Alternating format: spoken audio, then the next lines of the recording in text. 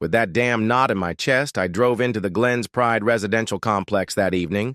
It was inexpensive housing that needed a new coat of paint, and grass was starting to grow through the cracks in the asphalt in the parking lot.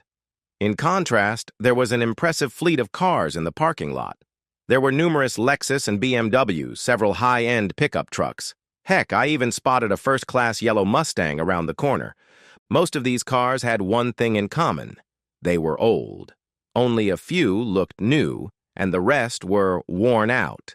Scratches, dents, and dings testified that their owners were trying to squeeze a few more years and miles out of cars they had bought in better times. I thought about this as I parked my 2-year-old Toyota Avalon near the house Ed had given me the number for. I knocked on the door and the resident opened it. He was unshaven, but it was the weekend. He was wearing a clean but worn t-shirt and faded jeans, comfortable clothes. The man was about 40, but he could have been a worn-out 35 or a healthy 50. For some reason, I didn't believe he was 50. He was holding a can of Diet Pepsi in his hand. "Are you Ed's friend?" he asked suspiciously. "Yes, Kit." I held out my hand and he shook it cautiously. "I think you'd better come in." His face was contorted with pain. I don't know if he always looked like that or if it was because he knew I was coming and what we were going to talk about. I looked around as I entered. Against the wall was a sofa with sagging, worn cushions. Next to the front door was a recliner. On the table next to it were remote controls and a stack of well-thumbed westerns, spy novels, and history books. To the right of the door was a small dining table, large enough for two, and a kitchenette. There were several dirty plates in the sink, and the trash probably needed to be taken out, but otherwise everything was clean. The carpet was a faded rust color with several stains. He noticed my gaze. "Nothing special, but cheap. And when you get divorced, that's the most important thing, unless you're rich. And there are no rich people after divorce. There are a lot of divorced men here. Some of them are cheaters. Some didn't get along with their wives. Some married whores like me. Can you tell me what happened?" Ed said I should hear your story. He didn't tell me anything else. I was married to that bitch for 12 years. I believed I would live with her forever with that whore. We had 2 children. We had jobs. Life wasn't perfect. We were broke. But when are you ever not broke? I believed everything was fine. Then that bitch cheated on me. "Why?" "Why?" he asked indignantly. "What does it matter why? Isn't it enough that she did it?" He hesitated a little, then said, "Besides, I never found out why." "Really? Why?" "Because of what I did." A grim half-smile appeared on his face. Then he grimaced, and it disappeared. "That bitch hurt me. She hurt me badly, and I needed revenge. That lying whore believed I was an idiot and that she could do whatever she wanted and get away with it. Well, not on my turf. I had to look in the mirror. She took my manhood away from me and I wanted it back."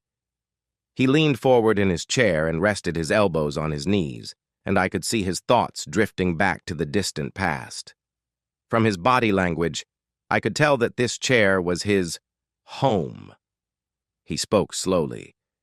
"I just couldn't live with the thought that she got away without paying for everything. So I planned everything, waited, hired a detective, and collected photos. On Thanksgiving, we had a big dinner with most of the family.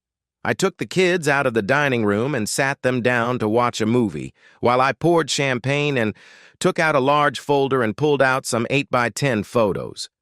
They cost a fortune, as did the detectives, and I threw them on the table and told them what that damn bitch had been doing." He laughed maliciously. "You should have seen her face.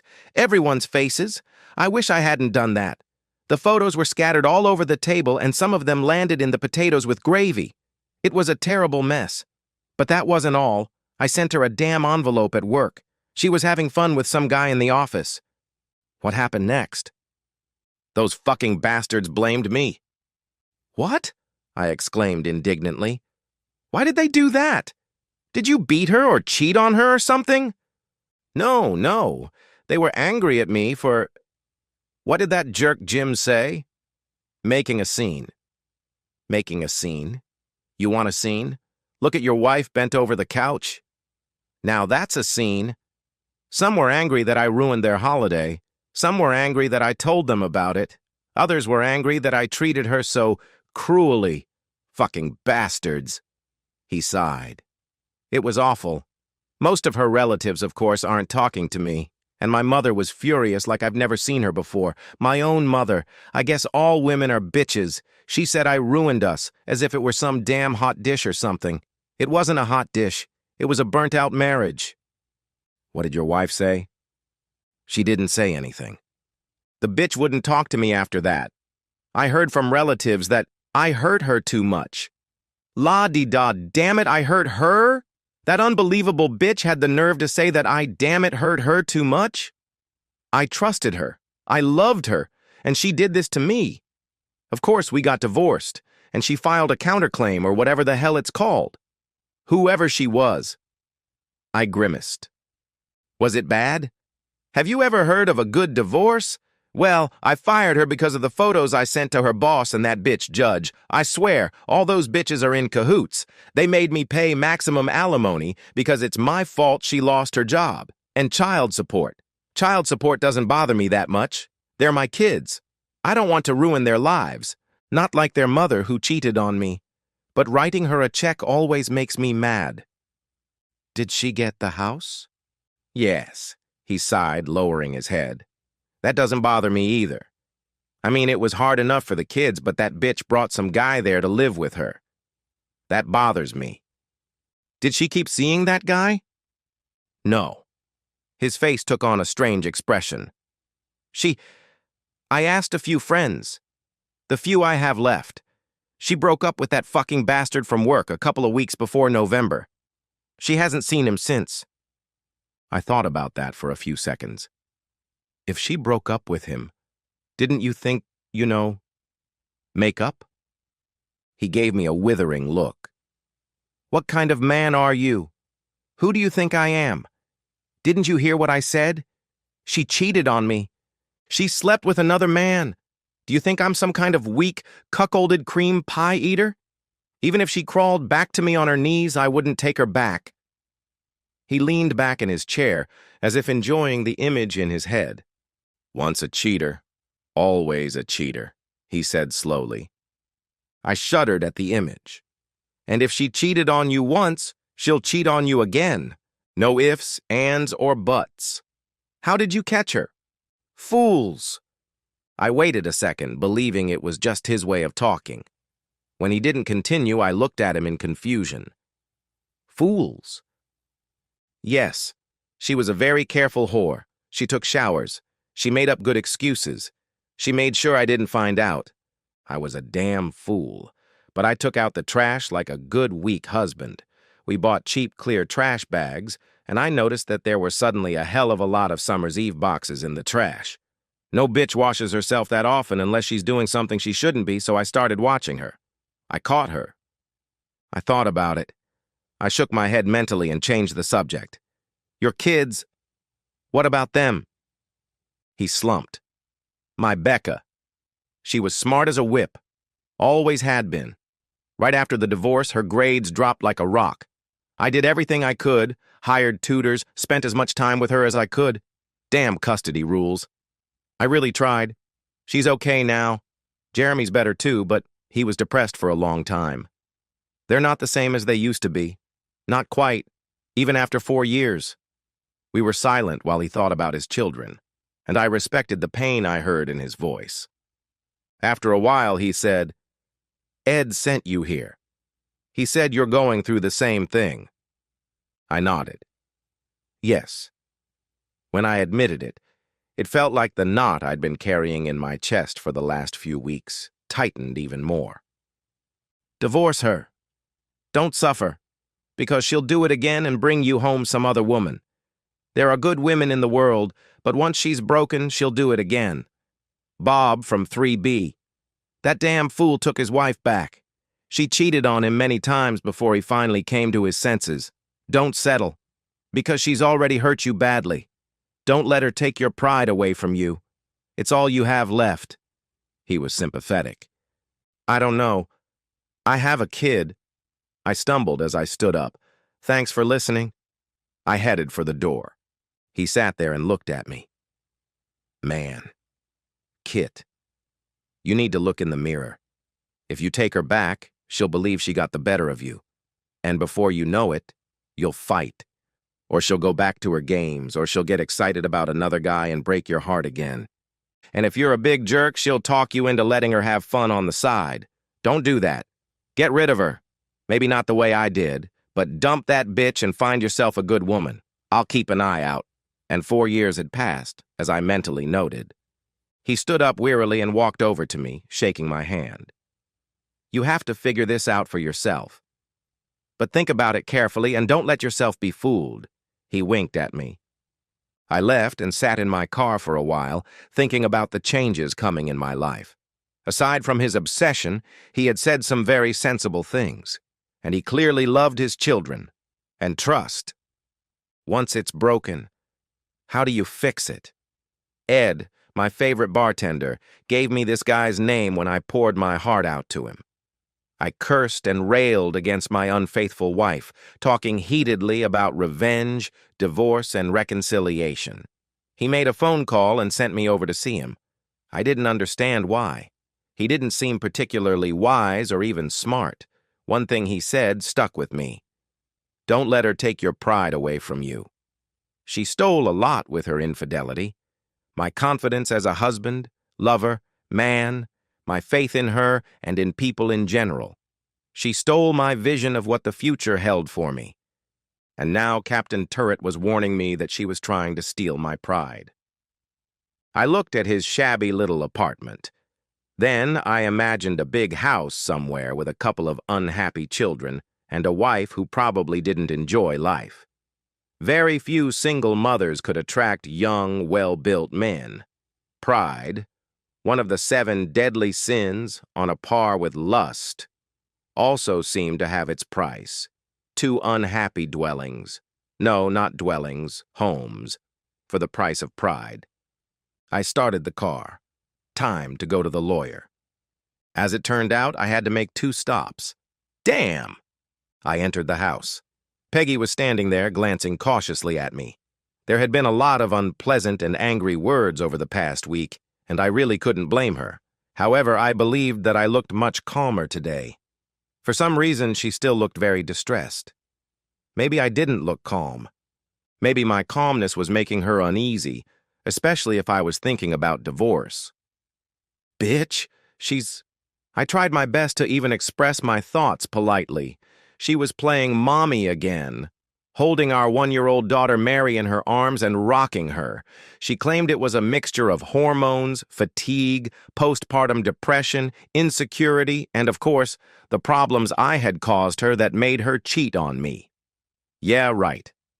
Why might matter later, but not now.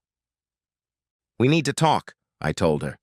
Are you going to yell at me again? I'm sorry, she said quickly, noticing my grim expression. I don't want to fight, but I don't want you to wake Mary. Of course. You're Betty Crocker, damn it. I wonder if Betty had fun with other men, too.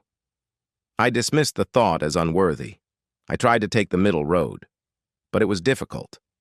I struggled to keep my voice steady. Here's what we'll do. Put her down, and we can focus on having a constructive conversation. She continued to stare at me with a wary expression. The fact that I was carrying a large plastic bag and a thick envelope didn't exactly reassure her, but she turned and went upstairs to put Mary in her crib.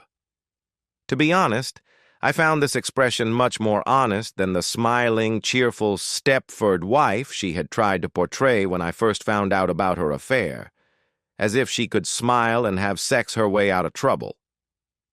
I wasn't that stupid or naive.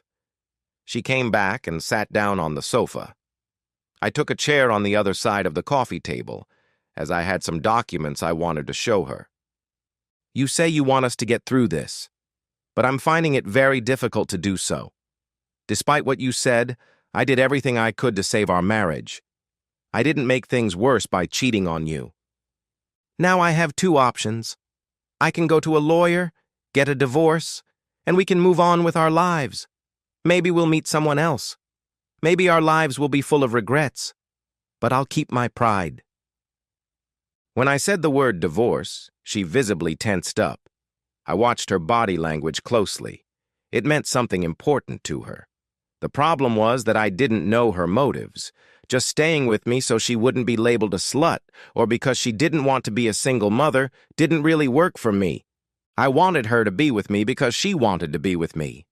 The knot in my chest didn't tighten anymore, but it didn't loosen either. Another option is to forget about it completely and pretend nothing happened. When I mentioned this, she sat up a little straighter. That means I swallow my pride and live with the humiliation that you cheated on me. I can try to find a way to get over the pain. I didn't mean to hurt you, she repeated, probably for the 100th time in the last week. This time she said it defensively. And I apologized until my throat hurt. Drunk drivers don't want to hit pedestrians either, but that doesn't make them any less dead. I took a deep breath and suppressed my emotions. Nevertheless, I don't want a divorce. But today, in this shitty apartment, I realized something. There was a divorced man there. You know, I didn't even know his name. Just some anonymous guy with an obsession. It doesn't matter. He was cheated on too, but he was proud and got divorced. I didn't like that, but I saw where he lived. There were a lot of divorced men living there, and they lived poorly. They were cheated by the system. This guy's wife cheated on him twice. I took another deep breath. I don't want a divorce, I repeated, but we have serious trust issues. Maybe I hurt our marriage too, but I didn't do anything that deserved that level of disrespect. So I have 3 conditions. You said you want to make amends and you swear you love me. I'll take you at your word. I have 3 demands. First, we need to find a marriage counselor, someone who can help us work through this, and we'll probably both need therapy. If we've gotten to this point, then obviously we don't know how to save our marriage, and we need help and time to think things through. She nodded slowly. I don't like the idea of airing our dirty laundry in public, but I think I can do it. If it's a man, I interrupted her. It will be a man. She frowned but said nothing. I'm going to have to reveal to another man that my wife hit me in the back, and you won't have to deal with all that stupid emotional sisterhood stuff. With a man, I might feel more supported. Or at least I'll trust him more. And that's what it's all about, right? If I can't trust a counselor, why waste money on visits? She clearly didn't like my logic, but it was hard to argue with her. I took the envelope out of the manila folder. Second, we need to go to a notary tomorrow, and you need to sign these documents. I placed the documents on the table in front of her, straightening them so they lay flat. These are my personal documents. What are these? She barely glanced at them. This is a document for divorce on the grounds of adultery, I began, touching one of the documents. You're a monster! I believed you when you said you wanted to save our marriage. Her face was indignant. I did, and I do. Listen carefully. I said you have to sign. I won't. It won't be legal until we both sign. What are you trying to do? Are you just stringing me along and getting ready to pull the rug out from under me? Are you trying to hold me hostage? Is this blackmail? I shook my head. Nothing like that. This is about trust, and I don't have any. The first document is a confirmation that you are waiving your right to have a lawyer review the prenuptial agreement and agree to act as your own representative. You confirm that you have had the opportunity to review it. The second document is the prenuptial agreement. It's pretty unfair to me. You agree to 30% of the total property, alimony for 6 months, and half of the proceeds from the sale of the house. You give me unlimited visitation rights to Mary, and a few personal items that I love are taken out of the joint property and given to me. There is no mention of child support for Mary because I love my daughter and will not let her suffer. What's to stop you from luring me with the possibility of reconciliation and then just signing the papers to cheat me? she asked, crossing her arms over her chest. You'll just have to trust me. She paled noticeably. Listen, this past week I've felt very insecure about myself and our marriage, but I'm not going to subject myself to abuse from you again because of your actions if things don't work out between us. I don't want that. I hesitated a little. I would like us to finally get to the point where we can go to a barbecue and burn all these pages together. I would like to trust you enough that this offensive business turns to ashes and remains only a bad memory. My voice grew firmer. But that day hasn't come. Is this revenge? She asked, staring intently at my face. She seemed calmer. Number, I told you. If the worst happens and we do get divorced, all I'll have left is a shred of self-respect and my things. Things won't keep you warm at night, but they can make your life comfortable. And if we're getting divorced, I really don't care about your comfort. If there's a little revenge, blackmail, or whatever, well, I consider that a bonus. I regret smiling a little when I said that. Okay, not really sorry, but I felt a little guilty. Later. Much later. She didn't take it very well, but women sometimes lack a sense of humor. What's this? She asked, picking up the third document. This is an affidavit stating that you cheated on me. Divorce because of cheating isn't enough? Her eyes scanned the page. No, I want to be sure. She interrupted me, tearing the document in half. I'm not signing this. This is not up for discussion, I began. I won't sign it because it's not true. It says here that I gave myself completely to my lover, and that's not true. It wasn't love, I never let him do anything. And I won't admit to a lie. What are you saying? She reached out and put her hand on my shoulder. It practically says here that I was a whore for David, and that's not true. If I didn't let the man I love, I began to protest, but she interrupted me. I'm the same person, not some crazy whore. That's why I won't sign this.